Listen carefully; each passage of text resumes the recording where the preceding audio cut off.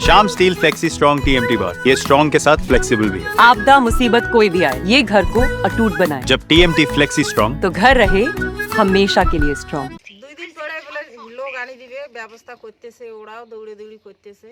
আমি বললাম বাবা আমার স্বামীকে আমি ফিরি চাই।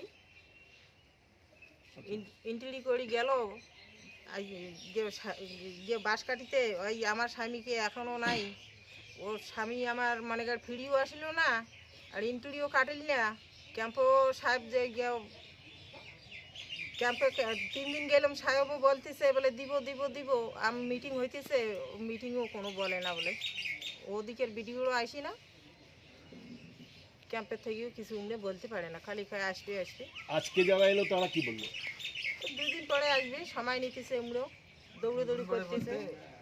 সময় এখনো 2 দিন পরে বলতে 2 দিন নাকি অনিশ্চিত কোনো দিন, কোনো তারিখ বলেছে কি?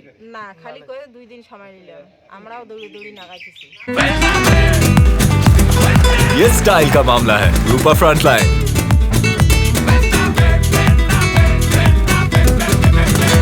सभी জানেন কি আগে বিএসএফ বর্ডার গার্ড বাংলাদেশ সঙ্গে অনেক মিটিং করেছে, ফ্ল্যাগ মিটিং করেছে, ওটা প্রক্রিয়া চলছে। এছাড়া আমরা স্টেট গভর্নমেন্ট পক্ষ থেকে আমরা বিভিন্ন স্তরে কথা বলছি।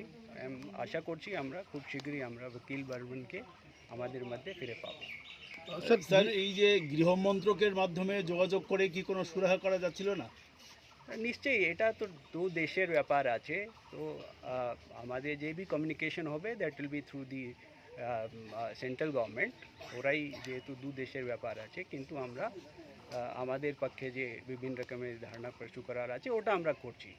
স্যার বিএসএফ এর ভূমিকা কতটা রয়েছে এখানে? এই মুহূর্তে বিএসএফ কোনো ভূমিকা নিচ্ছে না? বিএসএফও চেষ্টা চলাই যাচ্ছে, ওরা এখন অলরেডি অনেক ফ্ল্যাগ মিটিংগুলো করা হয়েছে, কিন্তু একটা অন্যদিকে আছে ওটা অলরেডি কোর্টে এখন ম্যাটার চলে গেছে।